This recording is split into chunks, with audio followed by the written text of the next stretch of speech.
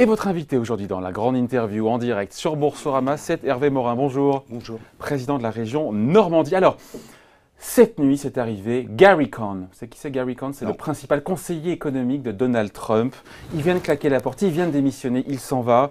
Il était vent debout contre la décision de son patron, de Donald Trump, d'imposer des taxes douanières donc sur les importations, vous avez suivi, d'acier et d'aluminium.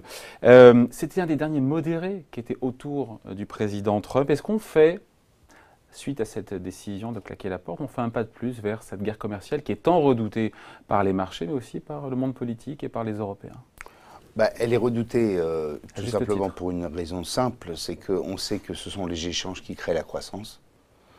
On sait que c'est par les échanges qu'il y a du progrès. On sait aussi que ces échanges doivent être régulés, bien entendu, pour que des conditions commerciales soient, disons, au moins équilibrées. Mais entre l'équilibre des relations commerciales, la nécessité des échanges et la fermeture et le repli nationaliste, il est évident qu'il y a une marge importante et que... C'est une politique nationaliste qu'il mène, comment peut-on la qualifier autrement? Parce économiquement que, économiquement, en plus de ça, les taxes dont il parle sont quand même très curieuses parce qu'ils s'adressent à une petite partie de l'économie américaine. Ouais. Ils s'adressent quasiment à une clientèle politique et électorale. En vérité, il a reçu un mandat pour ça, de protéger les emplois notamment. On ne les protège pas dans le secteur de l'acier. On ne les protège pas en renchérissant les coûts de production. Et c'est ça qui va se passer, puisque les... à court terme, pour ces 200 000 personnes qui sont dans ce secteur-là, ça peut protéger leur emploi. Après, il y a les effets secondaires. Sauf qu'il y a tout le reste. Bah oui. C'est ça en fait qui est sous-estimé par le président Trump. C'est les dommages collatéraux. C'est-à-dire que sur ces produits-là, quand vous construisez un avion, si vous renchérissez les coûts, vous mettez à mal Boeing, pour faire simple. Voilà. Bon. Et Boeing aussi, mais aussi l'industrie automobile. Oui, non, mais je prends un exemple pour n'en prendre qu'un seul. Bon, il nous dit quand même, ce qui est assez effrayant, le président Trump, que les guerres commerciales sont faciles à gagner. Bonne et facile parfois à gagner. C'était un tweet qui est sorti en fin de semaine. J'ai vu ça. On est dans l'escalade verbale qu'on prend plus ou moins au sérieux, ou est-ce que ça vous effraie qu'un président de l'exercice des États-Unis puisse écrire ça? Écoutez, on ne peut pas dire que ça a été une bonne nouvelle pour le monde que Trump soit élu président des États-Unis, c'est tout. J'ai été ministre de la Défense, je sais à quel point la stabilité du monde dépend beaucoup des États-Unis, de leur capacité à réguler, à gérer des crises, et c'est vrai qu'avec cet homme, on a le sentiment que tout est possible, quoi, voilà. Parce qu'il sous-estime, c'est là où on se dit qu'il sous-estime encore une fois les mesures de rétorsion, les dommages collatéraux que ça peut justement susciter. Oui, mais oui, bien sûr, mais ça peut causer à l'économie américaine. Mais voilà. Et même au monde, parce qu'on a quand même Christine Lagarde qui s'est exprimée ce matin, je crois que c'était sur RTL. Elle dit que si ces taxes sur l'acier sont vraiment mises en œuvre, elles auront un impact redoutable sur la croissance mondiale. C'est cette évidence, comme ça, que ça ne fera que des perdants, même si à court terme, il peut y avoir dans le secteur de l'acier des gains aux États-Unis en termes d'emploi, des protections. C'est une immense pédagogie que nous avons à faire tous les jours. C'est cette pédagogie qu'on ne gagne rien à se refermer sur nous-mêmes et à considérer qu'on pourrait sauver des emplois ou créer des emplois en nous refermant et en faisant toujours le pari que c'est par la production nationale que finalement le pays va mieux. C'est valable pour les États-Unis comme tous les pays du monde. Donc c'est grosso modo il faut être une passoire, il faut laisser... Non, mais vous le savez bien, le discours de Trump, c'est le discours de Marine Le Pen. Voilà, c'est du même ordre. Il faut expliquer à nos compatriotes que c'est pas comme ça qu'on gagne et que la compétition, on peut la gagner. La question, elle est là. C'est est-ce qu'on se met en situation de la gagner ou pas? Pour le pays, ça correspond à un certain nombre d'éléments sur la fiscalité, la dépense publique, le marché du travail, la formation. Regardez, aujourd'hui, le problème essentiel du pays. On parle de la France, là. Oui, je parle de la France. Oui, mais juste avant de parler de la France, juste. Non, d'accord. Non, on va parler de la France, c'est intéressant. Mais Donald Trump qui trompette, encore une fois, autour de sa volonté d'instaurer des droits de douane sur l'acier, sur les importations d'acier et d'aluminium. Avant lui, Barack Obama, avait mis, encore une fois, des droits de douane sur les pneus. Oui, mais et avant lui, d'autres présidents américains l'ont fait. Oui, mais on peut le fait avec. On peut le faire temporairement. On peut le faire sans remettre en cause, grosso modo, la nécessité des libres-échanges. C'est tout, voilà, c'est deux débats différents. Qu'on ait des protections, tout le monde en met, les Européens en mettent. Justement, voilà. C'est intéressant la réaction des Européens. Qu'est-ce que nous dit l'Union européenne? Elle dit préparer, via son président Jean-Claude Juncker, des mesures de rétorsion sur les importations américaines. Alors je ne sais pas si ça fait sourire, sur les jeans Levi's, les motos Harley et le whisky Bourbon. Ça vous fait sourire? Non, je en même temps, non, on se dit que c'est bien déjà qu'on n'ait plus l'idiot du village global, on reste pas les bras ballants, les bras croisés, mais en même temps, on se dit que comme riposte, c'est pas un peu anecdotique, insuffisant? Ou c'est symbolique, c'est important d'être dans le symbole? Oui, voilà, je pense que dans un premier temps, il ne faut pas non plus qu'on soit dans une logique d'escalade et de bras de fer qui nous amène à une situation calamiteuse. Qu'on puisse le montrer sur certains produits, c'est bien. Alors j'imagine que si Juncker a proposé ces produits-là, il doit y avoir de bonnes raisons, je ne les connais pas. Ce qui est pourtant, pour moi, l'essentiel, c'est que les Européens n'aient pas été impuissants. L'Europe est souvent source d'impuissance compte tenu de la construction du système décisionnaire. Ce n'est pas l'Europe qui est impuissante, c'est le système qu'on a mis en place. Et donc que l'Europe soit capable d'ores et déjà de dire, attention, voilà. En même temps, c'est son sujet aussi, hein, le commerce. Hein. Oui, le commerce, d'accord. Que ce soit d'accord, mais ça ne les empêche pas d'être impuissants. Voilà. Et donc là, pour l'instant, les Européens ont été capables de montrer un discours unitaire, homogène, et d'être capables de dire on va prendre des décisions. C'est déjà bien. Allez, retour en France, on apprend, c'est une information BFM Business, que l'État souhaite céder la totalité de ses 50,6% dans ADP, Aéroport de Paris. Les derniers arbitrages de cette privatisation devraient être rendus samedi pour une privatisation qui serait effective, réelle, fin 2018. Hervé Morin, est-ce que le gouvernement a raison de sortir d'ADP? Vous pouvez parler d'avis. Hein. Non, mais tout dépend. Ressortir, c'est tout, ça veut tout et rien dire. Si c'est sortir pour confier ça en partie à un grand investisseur public, c'est pas le même débat que si c'est pour confier ça aux Chinois. Voilà.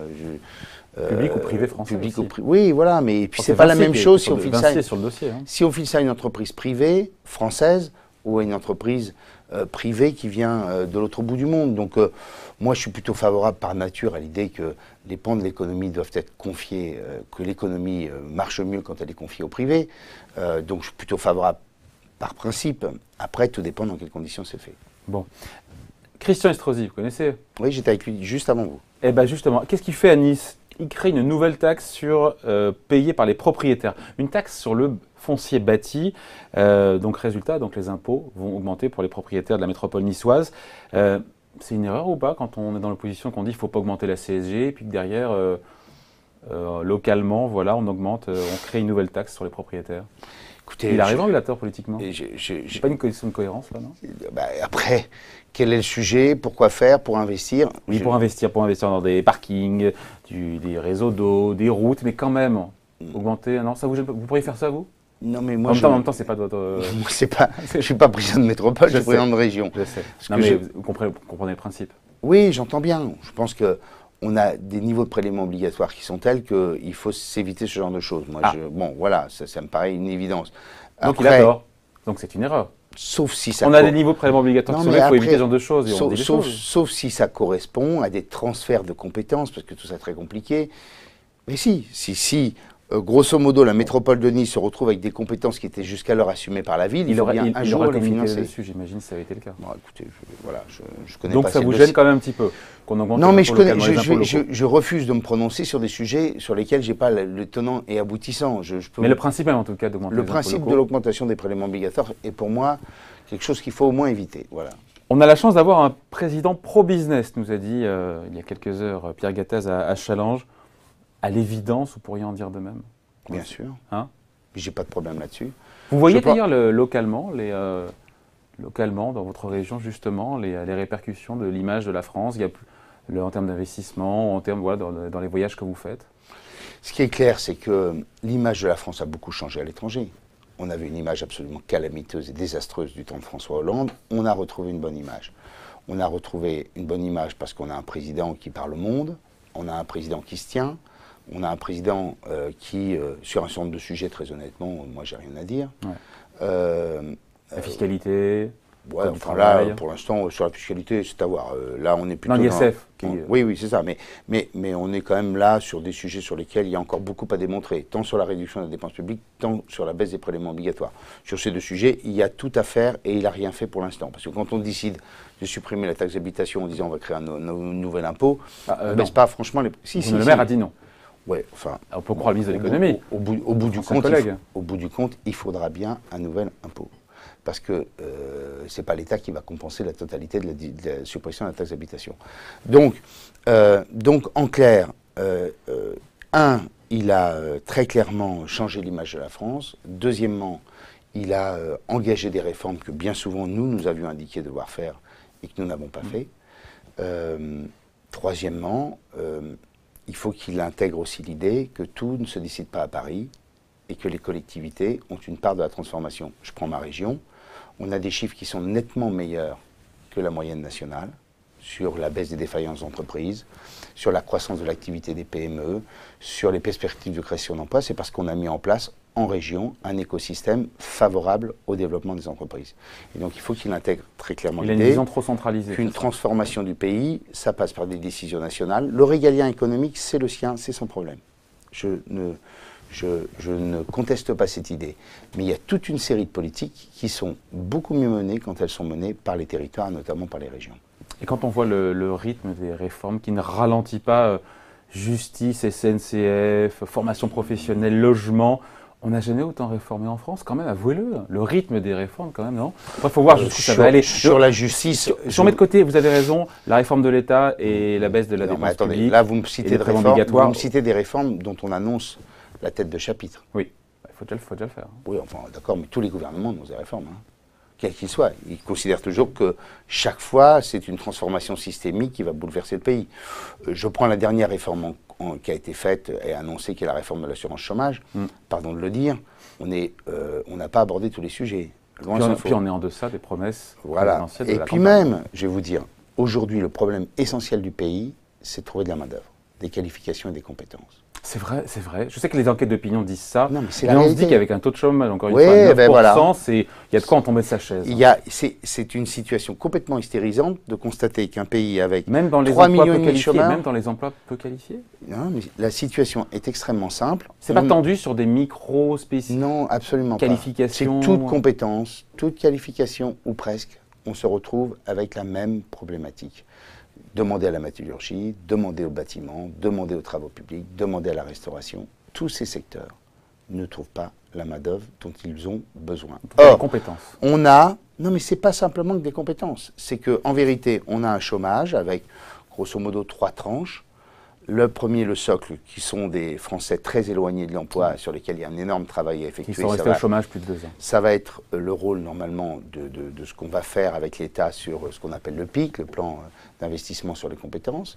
Il y a le chômage frictionnel propre à toute économie libérale. Et il y a une partie de nos compatriotes, très clairement, qui se sont organisés avec un régime d'assurance chômage qui permet ce genre de choses. On parle des profiteurs, c'est ça?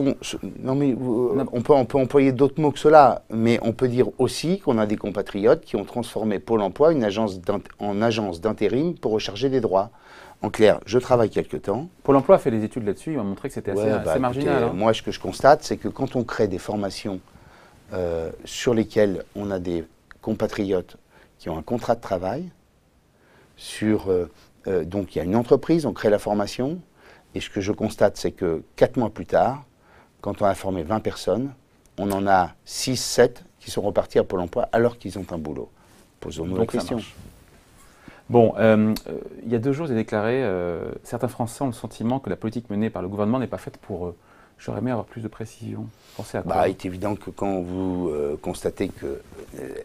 c'est pour ça que je sur la SNCF, sur les petites lignes, pour le coup, le gouvernement a reculé. Non, mais c'est pas le débat. En filant la patate chaude, d'ailleurs, nos compatriotes constatent que leur pouvoir d'achat va baisser ou baisse. C'est ce que dit l'INSEE. Oui, c'est l'INSEE, mais c'est aussi le retraité. Le retraité qui voit que sa CSG a augmenté, lui, il constate que son pouvoir d'achat a baissé. Pour en donner plus aux actifs, c'est la volonté du gouvernement. Oui, c'était pas la campagne présidentielle, c'était tranché par les électeurs. Oui, il applique ce pour qu'il ait été élu. Les gens n'ont pas voté pour ça, hein. Il ne faut pas se raconter l'histoire. Donc, il y a des éléments, il y a une partie de nos compatriotes. En fait, grosso modo, il y a 2 France. Il y a celle de la globalisation, celle de la France heureuse, qui se retrouve plutôt dans le discours d'Emmanuel Macron. Et il y a une France qui est en difficulté, la France rurale, la France populaire. C'est le discours de Laurent Wauquiez, ça. Il a raison. Oui, mais il n'y a pas que, pardon, de pouvoir constater la même chose, qu'on soit en Rhône-Alpes ou qu'on soit en Normandie. Donc Emmanuel Macron ne fait rien pour la France qui souffre, la France qui ne bénéficie pas, qui n'est pas intégrée dans les grands systèmes. Quand vous avez une réforme judiciaire, pour prendre un exemple, où on dit, voilà, on va supprimer tous les tribunaux de grande instance dans les villes moyennes, etc. Après la dégringolade des services de l'État dans ces villes moyennes, nos compatriotes, au bout d'un moment, se disent, mais qu'est-ce qui va nous rester, quoi. Voilà. Il nous reste quelques instants pour parler de François Baroin. Vous avez vu ce qu'il fait maintenant, François Baroin? Il se lance dans la banque d'affaires, l'ancien ministre, ça vous fait sourire, des finances de Nicolas Sarkozy, rejoint donc la banque britannique Barclays en qualité de conseiller externe, tout en restant maire de Troyes et président de l'AMF et de l'Association des maires de France. Le cumul des casquettes pour vous, non Attendez, là, non, je pose la question. Non, mais je ne comprends pas. On nous explique en permanence qu'on est des politiciens qui ne font que ça, etc. Qui ne font que ça, etc. Voilà un homme qui décide d'abandonner ses mandats parlementaires et qui décide d'aller dans le privé. Je croyais qu'il fallait qu'on ait des hommes politiques qui soient dans le privé. Donc c'est une bonne chose. Et en même temps, il dit, je ne deviens pas banquier. Il a tenu à préciser le truc. Il n'assume pas le fait que c'est toujours mal vu de travailler dans une banque. Pas du tout. Je pense que simplement, il n'est pas banquier. Il a un rôle de conseiller. Je ne sais pas exactement quelle va être sa mission au sein de Barclays, mais enfin, il faut quand même avoir un peu de cohérence. On ne peut pas à la fois dire on a des mecs qui se font réélire en permanence, qui pendant 30 ans, 40 ans sont élus. Non, mais NKM, Nathalie Kosciusko-Morizet a fait le choix de quitter d'abandonner ses mandats, encore que je ne sais même pas si elle en avait. Elle n'en avait plus. Elle n'en avait plus 7% en fait. Et d'aller chez Capgemini. Elle n'avait pas le choix. Elle n'a rien à voir. Mais enfin, pardon, moi je suis heureux d'avoir une activité économique à côté de mon mandat, d'être chef d'entreprise, 4 salariés. Qu'est-ce que vous faites d'ailleurs? J'élève des chevaux, voilà, bon. Alors, c'est quand même, après chacun son choix, mais enfin, on ne peut pas à la fois nous dire, vous ne savez pas ce que c'est que les charges, les problématiques de travail, vous êtes confronté à rien, et quand vous avez cette non, mais l'idée en tout cas de faire une partie, la politique, on est dans le privé, on est en privé, et puis on a un mandat électif, c'est le fait de se dire. Donc ça veut dire qu'il faut considérer que tous ceux qui sont dans le privé doivent abandonner leur boulot dans le privé pour faire un mandat électif. Mais si, il est que maire, il n'est pas non plus président de la République, enfin... Bon, dernier point sur Emmanuel Macron qui décroche dans les sondages, on le voit bien, 9 points encore aujourd'hui, sondage IFOP. Ça va être plus dur de réformer quand on baisse dans les sondages, ou c'est là où on voit justement l'opiniâtreté et la détermination? Pour moi, le sujet il est simple, on verra sur l'année 2018 si les réformes sont vraiment faites. La mère des réformes, il faut accepter, la réforme de l'État. Il faut accepter derrière ça l'idée que quand on transforme le pays, on a un brin d'impopularité. Si au bout du compte, le pays va mieux, c'est ça l'essentiel. La mère des réformes pour vous sur 2018, c'est laquelle? C'est la réforme de l'État? Non, la réforme absolument symbolique, très symbolique, c'est la SNCF. Et pour l'instant, les conclusions qui sont rendues, c'est quoi? C'est plus de contractuels, c'est les petites lignes qui ne sont pas abandonnées? Non, c'est de faire en sorte qu'on puisse ouvrir à la concurrence le réseau. Et ça veut dire faire des gains de productivité. Donc la fin du statut des cheminots, mais uniquement pour les nouvelles embauches. Pas non plus si drastique. C'est pas dramatique. Non, mais c'est pas si drastique que ça. Non, mais oui, bien sûr, mais il faut aussi accepter. On va pouvoir faire 30%, 20-30% de gains de productivité. Mais avec l'aiguillon d'ouverture à la concurrence, je pense que la SNCF connaîtra les mêmes évolutions qu'ont connues EDF, Orange, etc. Et ça s'est pas mal terminé, bien au contraire. Voilà. Faut avoir confiance. La confiance en économie, c'est important. Merci à vous d'avoir été notre invité. Donc Hervé Morin, le président de la région Normandie, qui était donc l'invité de la grande interview en direct sur Boursorama. Merci. Merci.